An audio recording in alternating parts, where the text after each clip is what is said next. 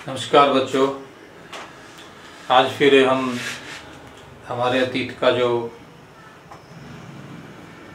पहला पाठ है, हजारों वर्षों के दौरान हुए परिवर्तन, उसको लेके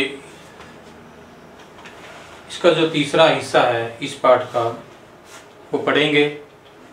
हमने पहले दो हिस्सों में देखा कि इतिहास और इतिहासकारों के बारे में हमने पढ़ा, किस तरीके से उन्होंने अपनी जानकारी इकट्ठी करी। कल उस वीडियो में हमने पढ़ा। आज हम इसको जो नए सामाजिक और राजनीतिक समूह हजारों वर्षों में इस इतिहास के पीरियड में, इस अवधि में नए नए राजनीतिक और सामाजिक समूह जो बने, उनकी चर्चा हम करेंगे और इस पाठ को पढ़ेंगे। ये भाग थोड़ा सा ज़्यादा है क्योंकि ये अगर आप इनको अच्छे से पढ़ेंगे, पुस्तक के सारे चित्रों को देखेंगे तो आपको समझ होगी। तो मैं पहला जो नए सामाजिक और राजनीतिक समूह बने 700 ईस्वी से लेकर 1750 तक बहुत बड़े परिवर्तन हुए, तो उनको हम 3 आधारों पे मुख्य रूप से देखने का प्रयास करेंगे। पाठ में जो को लगातार जब आप पढ़ोगे तो आपको इन तीनों की समझ भी हो जाएगी।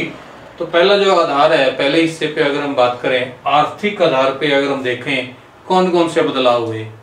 आर्थिक का मतलब है धन का क्षेत्र।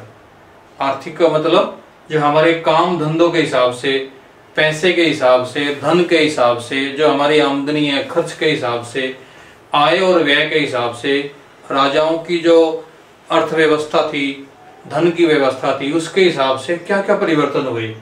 इसमें बड़े महत्वपूर्ण परिवर्तन हुए। आमतौर पे पुराने समय में जो आमदनी का हमारा सबसे बड़ा जो स्रोत था कृषि था। कृषि क्षेत्र में बड़े बदलाव आए। पुरानी तरीके से अगर आप चित्र नंबर 3 को देख पा रहे हैं, आप देखिए चित्र नंबर 3 को देखकर ये पहचान करें कि चित्र नंबर 3 क्या दिखा रहा है आपको। चित्र नंबर 3 देखने से हमें पता चल रहा है कि ये पुराने समय में जो खेती किसान करते थे और किस तरीके से खेती में जो पानी था, पानी की सिंचाई किस तरीके से करते थे, पानी कहाँ से आता था और किस तरीके से वो ऊपर के खेतों में पहुंचाते थे। रहट का जो चित्र दिखा रखा है इसमें, पुराने समय में बैलों के सहायता से बहुत समय लगता था, बहुत मुश्किल कार्य था। लेकिन आज अगर उन चीजों को देखेंगे उसमें धीरे धीरे बदलाव होता गया। कृषि करने के जो तौर तरीके थे वो बदलते गए। नई नई यंत्रों का खोज, यंत्रों की या खेती करने के तरीके, फसलों की खोज, नए नए तरीके से खेत की भी बढ़ोतरी हुई। जंगलों को काटा गया, जगह जगह पे खेत बनाए गए। तो इसमें कृषि में बहुत बड़ा बदलाव हुआ। फसलें इसमें बताई गई है, नई नई फसलों का प्रयोग होने लगा, नई नई फसलें पैदा होने लगी, उपज ज्यादा अच्छी होने लगी। तो लोग गांव में कृषि जो करते थे उससे ज्यादा आमदनी होने लगी। सिंचाई के साधन बदल गए। इसके साथ साथ व्यापार की बात करें, जैसे खेती में बदलाव आया तो व्यापार भी बढ़ने लगा, मंडियां बनने लगी और सामान जो है खरीदने के लिए, बेचने के लिए बड़े बड़े व्यापारिक केंद्र बने। लोगों का आना जाना एक स्थान से दूसरे स्थान तक भी, पर्यावास जो एक शब्द इसमें आता है, काफी सारे लोग मतलब एक स्थान से दूसरे स्थान तक जाते थे, जिसको घुमंतु भी कहते थे। वो अपने पशुओं के साथ, भेड़ बकरियों के साथ, या पूरे का पूरा एक जगह से उठ के दूसरी जगह जाते थे अपने रोजगार की तलाश में, भोजन की तलाश में, काम की तलाश में। तो ये व्यापार बढ़ने लगा, लोगों का आना जाना, उनकी यात्राएं बढ़ने लगी। तो इस काल में काफी सारे बदलाव होते रहे। व्यापार और उद्योग की बात करें, व्यापार के बारे में जैसे हमने देखा, अब उद्योग और प्रौद्योगिकी जो है, टेक्निक होती है, तकनीक। उद्योग को हम कहते हैं भी कारखाने, फैक्ट्रियां, जिसमें खेती का जो रॉ मटेरियल था, कच्चा माल था, उसे को लेके तैयार माल बनाते थे कारखानों में, फैक्ट्रियों में, जिसको हम जैसे कपड़ा बुनना और दूसरे जो हमारे दूसरी चीजें हैं, जूते हैं, कपड़े हैं, या जो खाने पीने की चीजें हैं, बहुत सारे जो टेक्निक थी, तकनीकें हैं, उनका खोज हुए, फैक्ट्रियां लगी, कारखाने बने और अच्छी अच्छी चीजों का मतलब इसमें बदलाव होता रहा। तो इसे में हम पढ़ेंगे। मिर्च, मसालों के बारे में आपको पता है कि भारत प्रचलित है। जो खेती बाड़ी से जुड़े हुए उद्योग थे वो ज्यादा पनपने लगे, तो नए नए समूह और जो उद्योग है उनका जो इसमें विवरण है। तो आर्थिक आधार पे हम अगर देखें तो इसमें बहुत सारे बदलाव देखने को मिलेंगे। इस पाठ को आप अच्छे से पढ़ेंगे, पेज नंबर 7 पे और 8 पे अगर आप इसको पढ़ के समझेंगे तो आपको पता चलेगा कि जो 1000 सालों में जो परिवर्तन हुए हैं वो आर्थिक आधार पर आर्थिक क्षेत्र में बहुत सारे बदलाव हुए हैं। दूसरा जो बिंदु है, दूसरा अगर हिस्सा हम देखें, राजनीतिक क्षेत्र बड़ा महत्वपूर्ण क्षेत्र है, क्योंकि इतिहास से सारी घटनाओं से, राजाओं की शासन की, राजाओं की हार जीत, लड़ाइयाँ, युद्ध, एक राज्य खत्म हो गया, दूसरा नया राज्य पैदा हो गया, एक राजा ने दूसरे राजा के साथ लड़ाई लड़ी, वो हार गया, उसने उसके राज्य के ऊपर कब्जा कर लिया, तो बहुत बदलाव होता रहा। तो राजनीतिक बदलाव हुए, क्षेत्र भी बहुत, जैसे एक राजा काफी सारी लड़ाइयां लड़के बहुत सारे क्षेत्र पे कब्जा कर लेता है, तो अपने साम्राज्य का विस्तार कर लेता है, अपने राज्य को बढ़ा लेता है, तो क्षेत्र और साम्राज्य बदलने लगे, बड़े बड़े साम्राज्य की स्थापना हुई। अगर हम देखें इससे पहले हमारे राजनीतिक आधार पे अगर हम यहाँ पे देखें तो भारत में उस समय कुछ जो हमारे यहाँ के राज्य थे अलग अलग क्षेत्रों पे आप देखेंगे तो मुख्य रूप से जो पेज नंबर 9 पे जो मानचित्र दिखाया गया है, राजनीतिक मानचित्र, एक बड़ा उदाहरण दिल्ली सल्तनत का दिया गया है। दिल्ली सल्तनत जो दिल्ली राजधानी थी, दिल्ली सल्तनत के तहत भारत के कौन कौन से राज्य थे पूरा मानचित्र दिखाया गया है। तो इसमें लगभग 24 राज्यों के नाम लिखे गए हैं। एक एक राज्य को आप पढ़ेंगे, समझेंगे। इसमें जैसे भारत के अलग अलग हिस्से में चोल, तुगलक और मुगल, ये अलग अलग राज्य थे। मुगल तो इसमें जैसे 15वीं या 16वीं शताब्दी में मुगलों का आगमन हुआ, उससे पहले दिल्ली सल्तनत की बात थी, दिल्ली सल्तनत के जो राज्य थे, और उससे पहले दूसरे हमारे राज्य थे अलग अलग क्षेत्र में। तो इसमें इस पूरी लिस्ट को आप पढ़ें, पढ़ने से आपको पता चल जाएगा। तो मानचित्र 3 को और उनके राज्यों का नाम आप देखें। दिल्ली सल्तनत के मुख्य रूप से जो क्षेत्र थे, राज्य थे, राजा थे, उनके बारे में पूरा विवरण हम इसमें पढ़ सकते हैं। इसमें बताया गया है जो हरियाणा भी दिल्ली सल्तनत के अधीन था, हरियाणा के भी जो कुछ प्रांत थे उनका भी नाम आपने इसमें ढूंढना है, पता करना है भी कौन कौन सी चीजें हम दिल्ली की इसमें क्षेत्र और साम्राज्य में मानचित्र नंबर 3 को देख के समझ पाएंगे। तो इसके बारे में राजनीतिक परिवर्तन बहुत होता रहा और इसको अगर हम और ध्यान से देखें, थोड़े से अगले हिस्से में हम इसको और पढ़ेंगे। तीसरा जो है, तीसरा आधार है सांस्कृतिक परिवर्तन। सांस्कृतिक बदलाव हुए।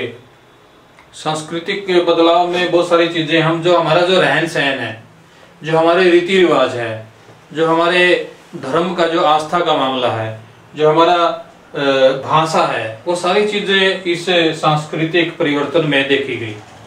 भाषा के क्षेत्र में देखें तो अवधी और जो फारसी, उसके बाद मुगलों की भाषा या दूसरे, उसके बाद हिंदी, तो इस भाषा में परिवर्तन होते हैं। और लास्ट में जब अंग्रेजों का आगमन हुआ मुगलों के अंतिम समय में, तो अंग्रेजी भाषा का भी विस्तार हुआ। तो अलग अलग भाषाओं का इसमें बदलाव हुआ। गांव, नए नए गांव की पंचायत, गांव में जातियों के आधार पे समूह बने, जाति पंचायत का निर्माण हुआ, गांव की पंचायतों का निर्माण हुआ। नए नए धर्म में भी हम कह सकते हैं भाई, पहले हिंदू, मुस्लिम और जो ईसाई। तो मुगलों का जो समय था, मुगल काल, वो मुस्लिम धर्म के लिए समय था, उसका पूरा प्रचार प्रसार हुआ।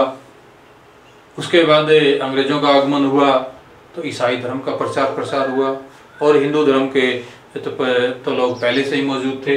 तो इसमें धर्म की जो नए गठन हुए, नई विचारधारा हुई, नए नए विचार आए। जो हमारे संत महापुरुष या दूसरे लोग थे, बड़े बड़े उपदेश दिए गए, उनकी कविताएं, कहानियां, रीति रिवाज, सांस्कृतिक बदलाव बहुत बड़ा हुआ। तो इसको हम पढ़ पाएंगे। छोटे छोटे राज्यों से बड़े बड़े राज्य बन गए, तो जो भी परिवर्तन हमने दिखा इसमें हम देख पाएंगे। एक अमीर खुसरो का नाम इसमें आता है। अमीर खुसरो मुगलों के जो शासनकाल में एक महान कवि के रूप में इसमें बताया गया है। तो उन्होंने किसके बारे में, क्या राजाओं के बारे में, उस समय के शासन के बारे में जो अपनी बातें लिखी। दूसरी बातें ये थी कि जो भी राजा थे वो अपने राज में, अपने बारे में, अपनी आत्म कथा, अपनी जीवनी, अपनी बारे में प्रशंसा, यात्रा वृत्तांत, वो बहुत सारी चीजें वो लिखवा के रखते थे। तो इसमें सांस्कृतिक परिवर्तन बहुत बड़े हुए हैं। अगर आप इसको अच्छी तरह पढ़ेंगे, जो साथ में जो प्रश्न है, जो प्रश्न पूछे गए हैं हर एक पेज पे क्वेश्चन मार्क जो लिखा होता है, अगर आप उसको पढ़ो और फिर इसी जगह पे जो पाठ है जो आप पढ़ोगे, उस पाठ को पढ़ के अगर आप उनका उत्तर दोगे तो आपको अच्छी तरह समझ में आ जाएगा बे उस प्रश्न का मतलब क्या है। अगर एक बार नहीं समझ आए, दूसरी बार उस पाठ को आप पढ़ें। तो इसके बाद नए पुराने धर्म के बारे में भी विशेष पाठ इसमें दिया गया है, विशेष हिस्सा दिया गया है। इसके लास्ट में अगर हम देखें, जैसे समय और इतिहास के कालखंडों पर विचार इसमें किया गया है। ये मध्य इतिहास है, मध्यकाल का इतिहास है, जो बीच का इतिहास है। 1000 साल का लगभग जो ये काल है, 700 ईस्वी से लेकर 1750 तक, ये हमारा मध्यकाल है। और आज का जो समय है हमारा आधुनिक काल है। और 750 से पहले का जो समय है हमारा जो प्राचीन काल है। और इससे भी और पुराना जो समय है वो पूर्व प्राचीन काल है। तो काल के आधार पे, समय अवधि के आधार पे भी इन पे विचार अगर हम करें तो हम देख पाएंगे कि इन 1000 सालों में लगभग 3 धर्म के आधार पे भी अगर हम कालखंड विचार करें, हिंदू शासन, हिंदू राजाओं का शासन पहले था। उसके बाद जैसे मुगलों का आगमन हुआ तो मुस्लिम जो शासन स्थापित हुआ मुगलों का। और मुगल का लगभग 1707 में अंतिम मुगलों के जो राजा थे, वो शक्तिशाली राजा जिसको औरंगजेब कहा जाता है, उसकी मृत्यु हुई और मुगलों का पतन होना शुरू हुआ। तो धीरे धीरे जैसे मुगलों का पतन हो रहा था तो एक जो ब्रिटिश जो शासन था, अंग्रेजों का जो शासन जो हम देखते हैं, बोलते हैं बार बार, तो अंग्रेजों का शासन मुगलों के अंतिम कार्यकाल में बढ़ रहा था। जैसे मुगल कमजोर हुए तो ब्रिटिश शासन मजबूत हुआ। और इसमें 3 मुख्य रूप से कालखंड इसी तरीके से हम समझ पाएंगे। तो इस 1000 साल के परिवर्तन में जो समय अवधि अगर हम बांट के देखें तो 3 आधार पे हम बांट के देख सकते हैं। भाई हिंदू राजाओं का जो शासन काल, फिर उसके बाद मुगलों का जो शासन, मुस्लिम राजाओं का, दिल्ली सल्तनत का, उससे पहले भी अगर आप देखें, और तीसरा हम कहेंगे ब्रिटिश शासन जो है, अंग्रेजों का शासन, जो भी वो भी मुगलों के तरह लगभग 250-300 साल हमारे ऊपर राज चला। तो हम इसकी समझ को अच्छे से बढ़ाएंगे। परंपराएं बदलती रही, पुराने रीति रिवाज बदलते रहे, रूढ़ियां थी, जो बुरी प्रथाएं थी, परंपराएं थी, वो बदलती रही। तो ये सारे का सारा जो परिवर्तन होता रहा। तो अगर आप इन चीजों को समझ लेंगे और फिर आखिर में जो प्रश्न है इस पाठ के फिर से याद करें, उनको रिवाइज करें, विचार करें, तो मैं समझता हूँ ये 1000 वर्षों के दौरान हुए परिवर्तनों की जो पड़ताल हमारे अतीत में पहले पाठ में हमने करी है, समझी है, पढ़ी है, उसको आप अच्छे से याद रखेंगे, अपनी इतिहास की समझ को बना के रखेंगे। बार बार आप इस पाठ को पढ़ेंगे। तो अगर इस पाठ को आप बेसिकली अच्छे से पढ़ लेंगे तो इसके जो महत्वपूर्ण जो पाठ है अगले पाठों में, जो तीसरा, चौथा, 5वां आगे पाठ हम पढ़ेंगे, हर एक एक विषय को लेकर, जैसे आर्थिक है, राजनीतिक है, उनके बारे में, अलग अलग कार्यकाल के बारे में अगले पाठों में हम विस्तार से पढ़ेंगे। तो अभी तक हमने इस पाठ का जो यहीं पे हम समापन करते हैं। इस पाठ के जो प्रश्न उत्तर है आप अपनी कॉपी पे लिखेंगे और अच्छी तरह याद करेंगे। और अपनी समझ को और विस्तार से बना के रखेंगे। सभी जो चित्र है उसको भी आप अच्छे से देखेंगे, आकलन करेंगे। तो धन्यवाद बच्चों।